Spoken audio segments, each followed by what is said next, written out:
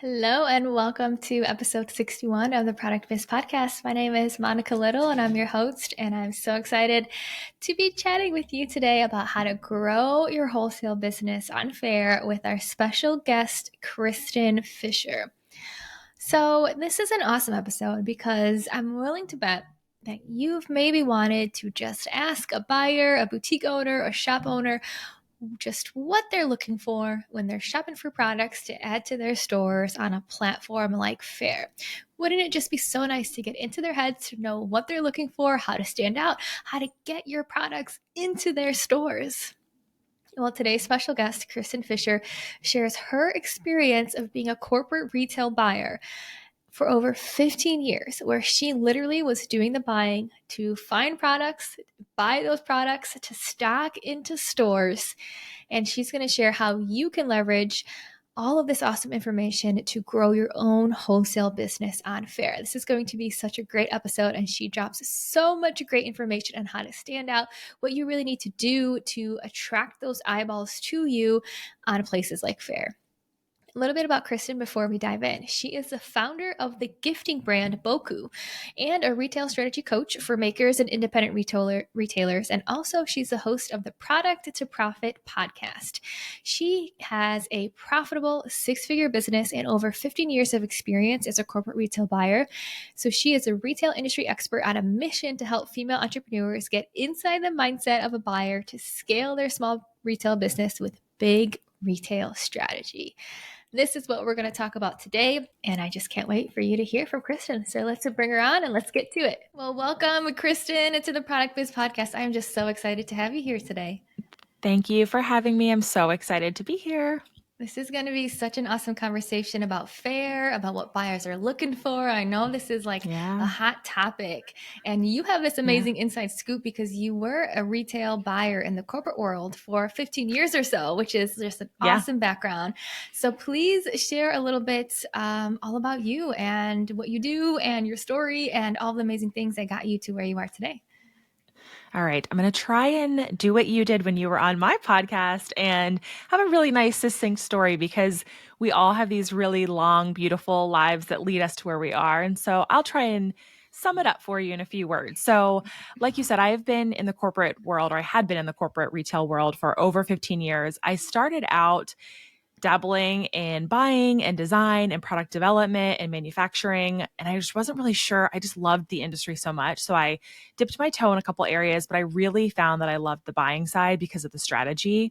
I love that mix of creativity and the number side of things, and it all just like being this little puzzle piece that fits together. So I really leaned into that. And I was a buyer for a bunch of different brands: Urban Outfitters, Land's End, J. Jill, American Eagle, few others in between. And I really loved that, but it is very fast paced, high intensity job. And I was feeling a little bit burnt out. And so around the time that I got married, a lot of my friends were having similar big life events where they were getting married or having babies or buying homes or having, really exciting things and also tragedies happening in their life. And I am a big gifter. And so I found that it was really hard for me to gift and not break the bank and still have a beautiful presentation and just be able to be there for them, because of my corporate experience, I had moved around a lot. And so I wasn't necessarily physically close to all my friends. So I decided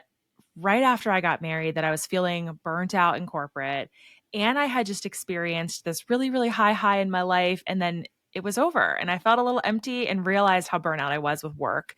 And so I decided to start my gifting brand, Bocu, which I now have today, which is a gift box brand that has now expanded to not only the website, but also custom gifting for other coaches and entrepreneurs providing for their clients. And along that path, when I was going through corporate and kind of balancing both, I think similarly to you, I realized that I hit this point where I could no longer do both. And for me, I had not left my corporate career in 2020. I was still doing both. And it was wild because my business really exploded during COVID because people were not able to physically be with one another. So on the gifting side, it was really blowing up. And I had also decided at the start of 2020, you know what? I think this is the year I'm going to really scale. I'm going to go after it and I'm going to do event gifting. So in January, when I was working on my goals, I was all about in-person event gifting.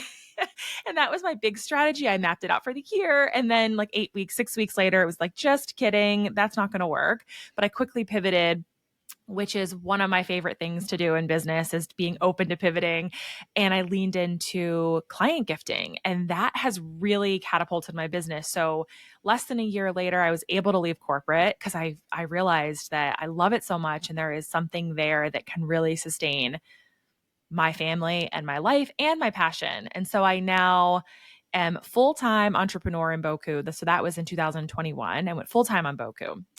And during that pivot out of corporate, I realized I had made all these relationships, all these connections with amazing brands that I carry in Boku. And I was like, you know what?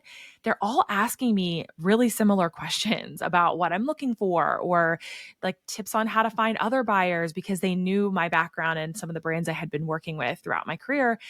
And similarly to you, I started really leaning into this idea of coaching and helping other brands get into those retail stores, or even other retailers that have their own shops, just how to optimize their own assortments and do some of those buyer strategies, those big retail strategies, and apply them to their small retail businesses. And I just am so lit up by it. So I now have two businesses and really just leaning into what this coaching side of the business can look like. It's so much fun. I'm so passionate about it. So I do a couple different things. That's kind of where I'm at now in Oh my my life and gosh. business.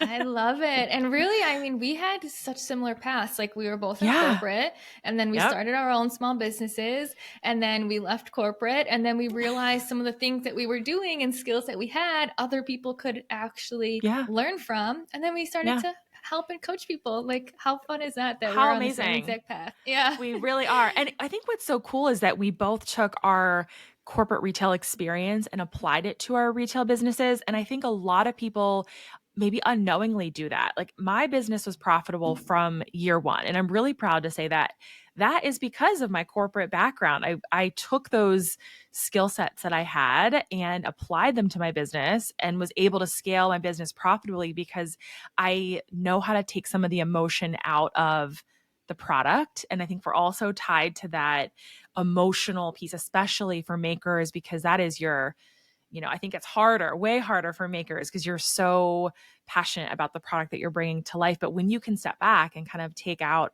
a little bit of that emotion, you can start to find ways to put more profit in your business and put on that like leader CEO hat when you're making decisions. Yeah. So Oh my yeah. gosh, 100%.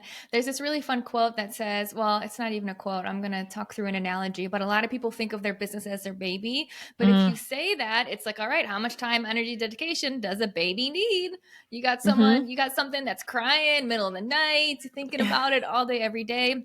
And Yeah. it's like, how do you step out of that and actually turn your business into a machine?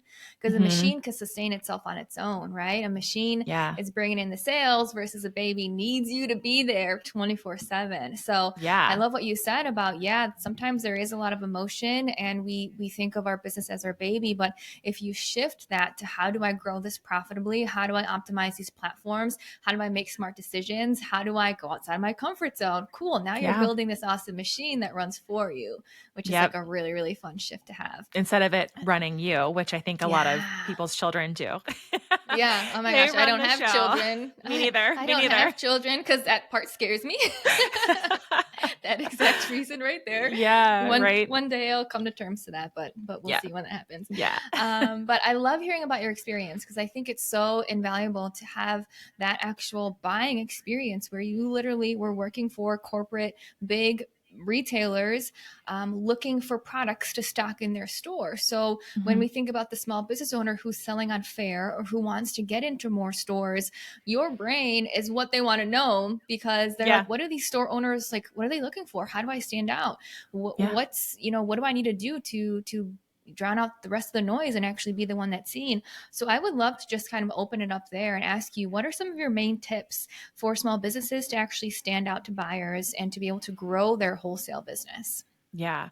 I think it's such a good question. And I think that there is no, I don't think, I know that there is no magic answer to that. I think the most important thing is that you have a really, really solid understanding of who you are as a brand. What is your brand identity? What do you stand for?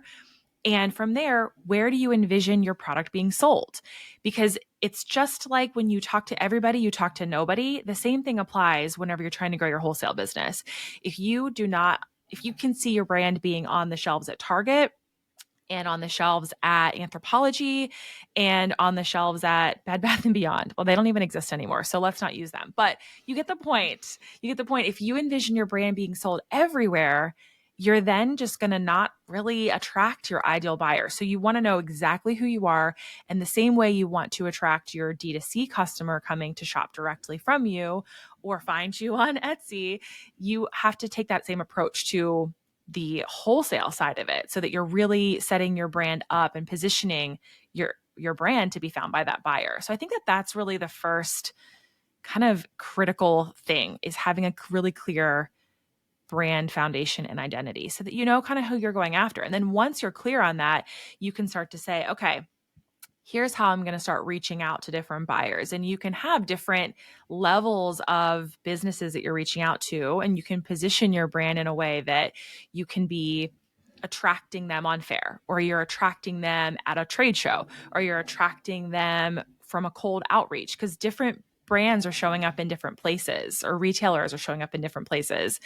You know, a buyer for Target is not coming to Faire, but a small brand would probably prefer finding you that way versus just a random email you're sending them or finding you on Instagram. So I Mhm. think it's just having a really targeted outreach that ties it back to your strategy of or your vision of where you see your brand being as you scale and grow.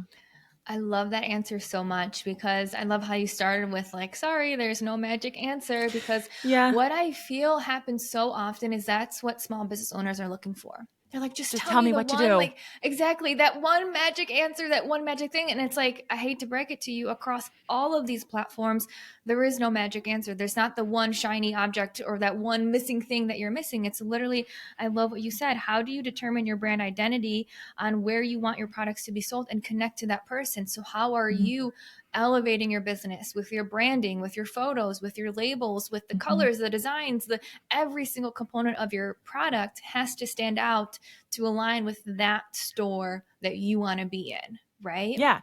If you think about it, so you're a brand selling to as many retailers as you can bring in. It's a numbers game, right? You have to pitch to a million people to then, trickle it down. Your conversion rate gets smaller and smaller as you go down that funnel. So if you're just positioning yourself to everybody, those buyers are looking for just that one lens of their store that they're shopping for. So you have to really just like hit the nail on the head for that brand. And that doesn't mean you should change your brand to fit all these different retailers. You just need to really stand in your own and really be clear on who you are and how you want to reach out to them and use that as kind of your lens whenever you're designing into a new collection. Like, what are those parameters that you're going to make sure, okay, I'm designing this whole collection and I have 50 choices and I'm in love with all of them. They're all beautiful. Okay, do they fit into these parameters? Okay, that might automatically eliminate 20, percent of your choices. And you can start whittling it down by just having those parameters, because the more you fall into kind of the guardrails that you set for your brand, you'll continue to develop and grow as a brand that are going to attract those bigger buyers down the road. Yeah. Oh my gosh, I love it. So, do you have an example of maybe with your own business with Boku of how you did this? So, because I know you mentioned Yeah. particularly working with like clients, or you even mentioned like events or something like that too. So, Yeah. how did you bring this brand identity to Boku, just to paint the picture for people in terms of like an actual example of how you did this yourself, for who you're speaking to, your brand identity? Tell me all those things for Boku. Yeah.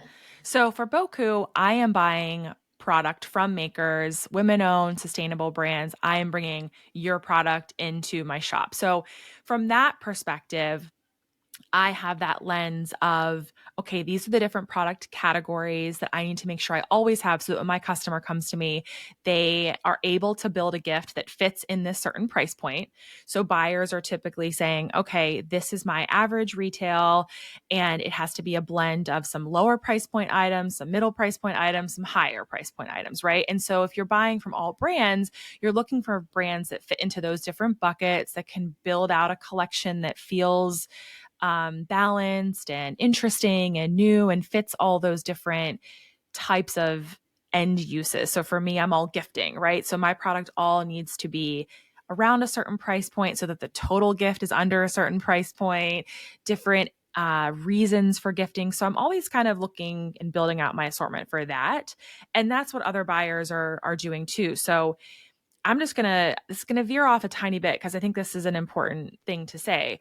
Whenever you find a brand and you're like, this is the retailer I want to be in. It's a small, maybe, they maybe have like 5 or 6 locations, but like this is the dream small business. Like this is the gift shop I want to be in. And you pitch to them and they're like, no.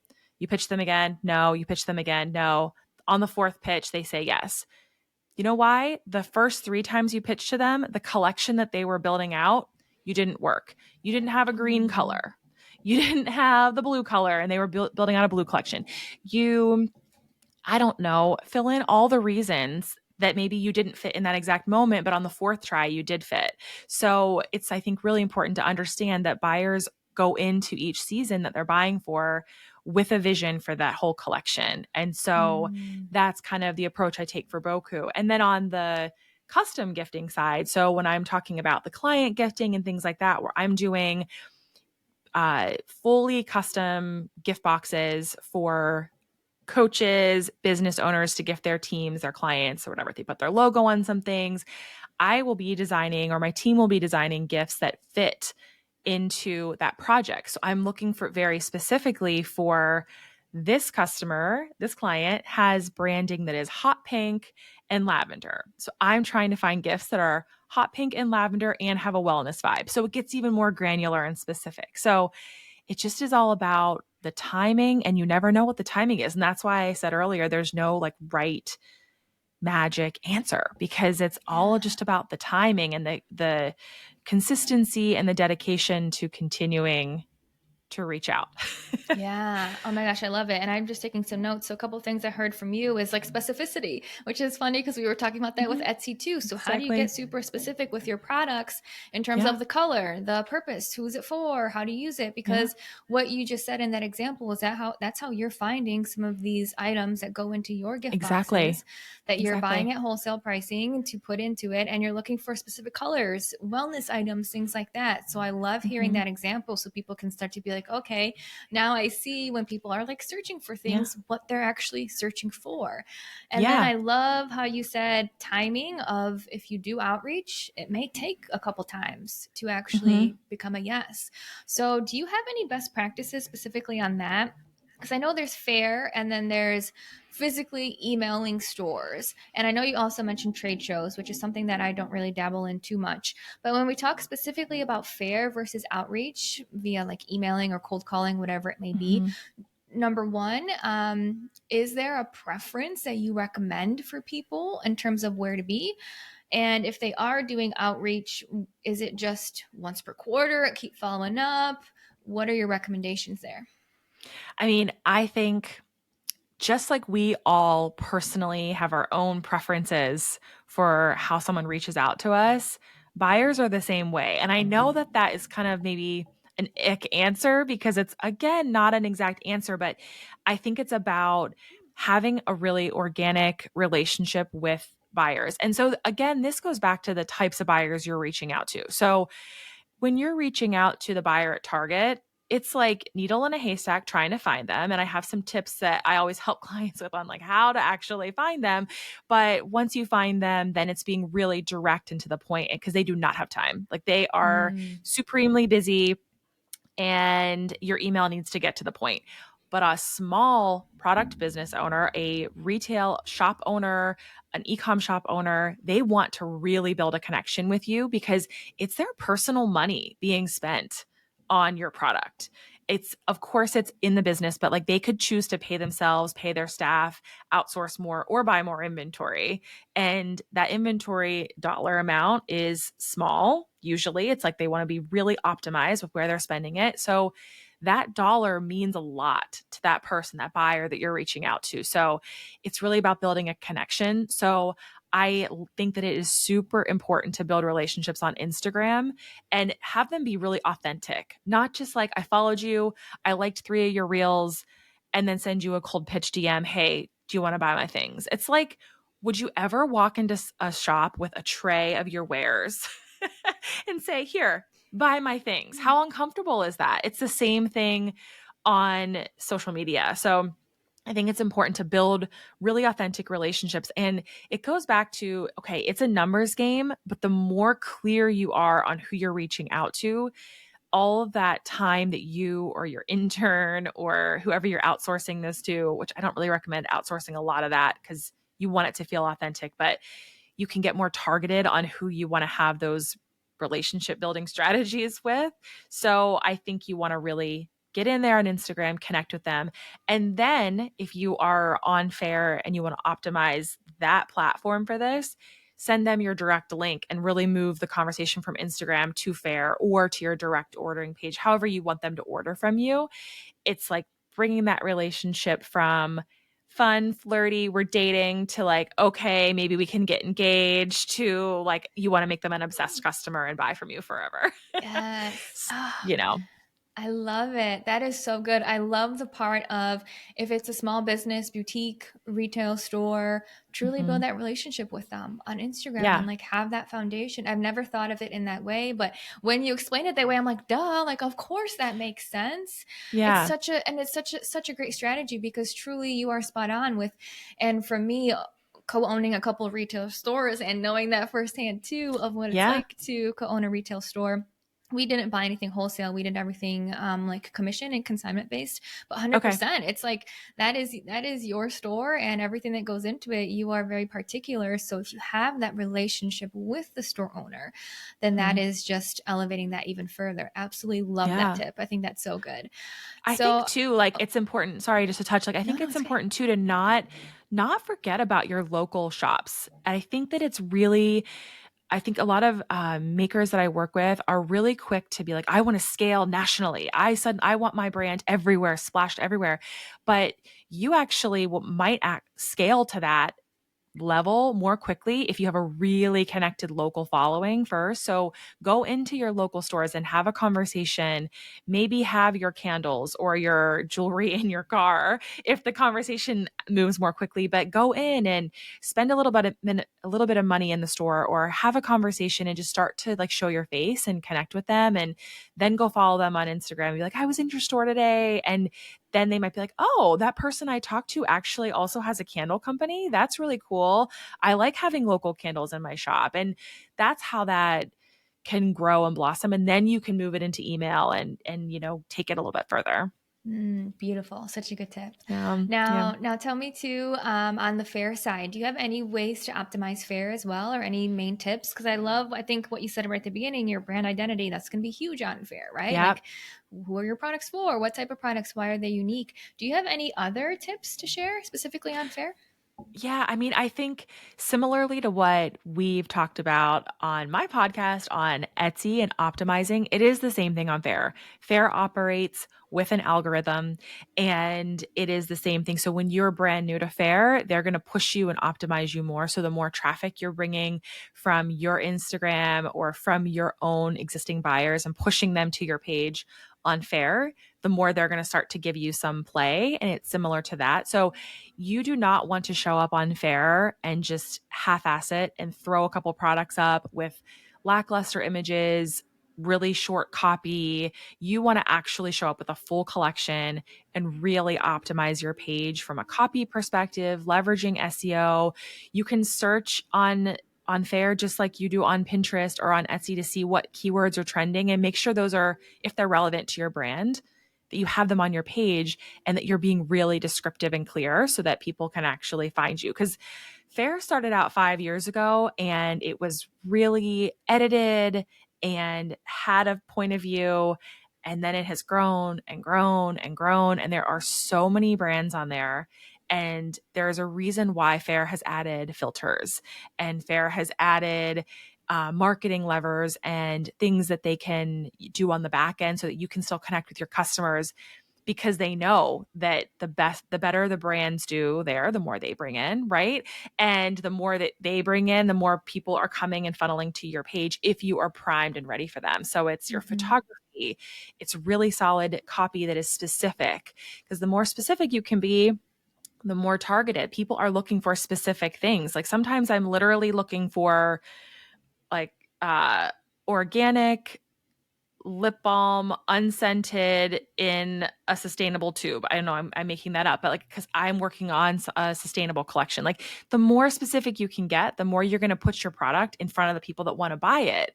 So you're then making it really easy for the buyers to say yes and not have to really think about converting, because Faire does prime buyers for purchasing because it's Mm-hmm. all laid out. It's so easy for buyers. I think that that platform does key, like they key up brands for those buyers, and they tailor their services towards the buyers, which I think a lot of makers feel that frustration with. But you got to play that game and think of it like a marketing tool. And if you show up and you take that hit, you can convert those buyers to long-term buyers from you. And they don't always necessarily need to purchase on Faire. That might just be how they found you.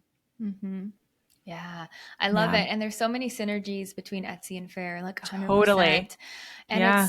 it's such an important conversation because I know a lot of small business owners shy away from professional branding. They shy away from professional photos.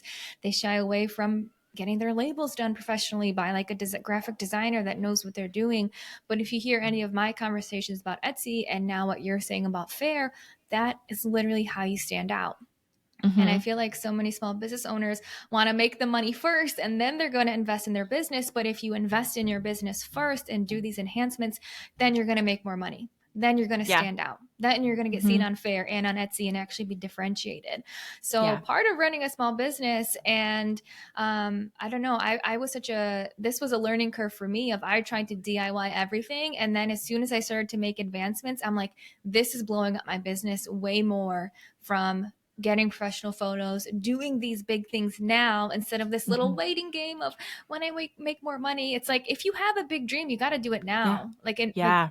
build that business that you're dreaming of now instead of waiting a year or 2 year because you're going to miss out on so many sales if you're just Yep. postponing all the things that are necessary to actually get you seen, right? I know. I know. And I think it goes back to, particularly on the buyer side, if you are looking to wholesale a brand that is early on in their business and they have a handwritten label, or they have a website that looks like it was kind of botched together, but their Instagram is really beautiful, that one thing on like the label or the website, like those little things are going to make them not necessarily trust you. Even if your product is fantastic and it's the best product that has ever been created, if your brand doesn't look trustworthy, the buyers aren't going to want to spend their money to bring you into their store, because they want your following to then find them. They want to know that they can trust that your product's actually going to make them money, because they're not buying your product just for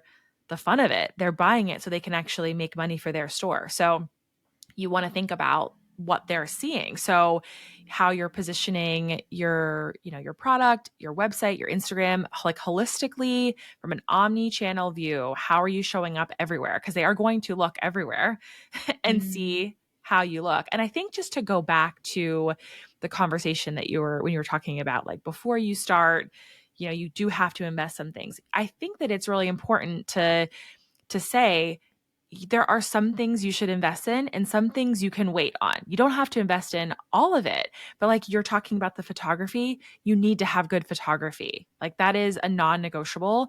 Does that mean every single shot you ever put out into the world needs to be from a professional photographer? No, but your key branding images, your key product images should be shot by a photographer who knows what they're doing. And then everything else can be from your iPhone. It's okay to have a mix, but you do need to have that brand trust factor reflected on your website. 100%. And then the fun part is too, when you actually start to make these advancements, you start to feel so good about your business. I Oh think yeah. that's what so Confident. many people miss. Yes. You're like, "Oh my gosh, this is a real business. I have professional Mhm. photos. Look at all these things that I'm doing." So, not Yeah. only does it elevate your business, but man, confidence, you start to feel like this is a real business. Then you start to Mhm. show up differently. You start to take it even more seriously yourself. So, there's Yep. all these like trickle effects, of course, the added sales that come from showing up like an elevated business too, but Yeah. there's the more soft skills that really start to grow from that confidence too, which is the fun part. Yeah. So Yeah. I so love yeah, that. so many benefits to it. I love it. Well, I would just want to ask you one final question. Is there I know you shared so much insight, and this question sometimes I feel like I'm putting people on the spot, but anything It's else that okay. you want to share? Any other like tips or tricks or words of encouragement or last minute things that you want to share with the person listening right now?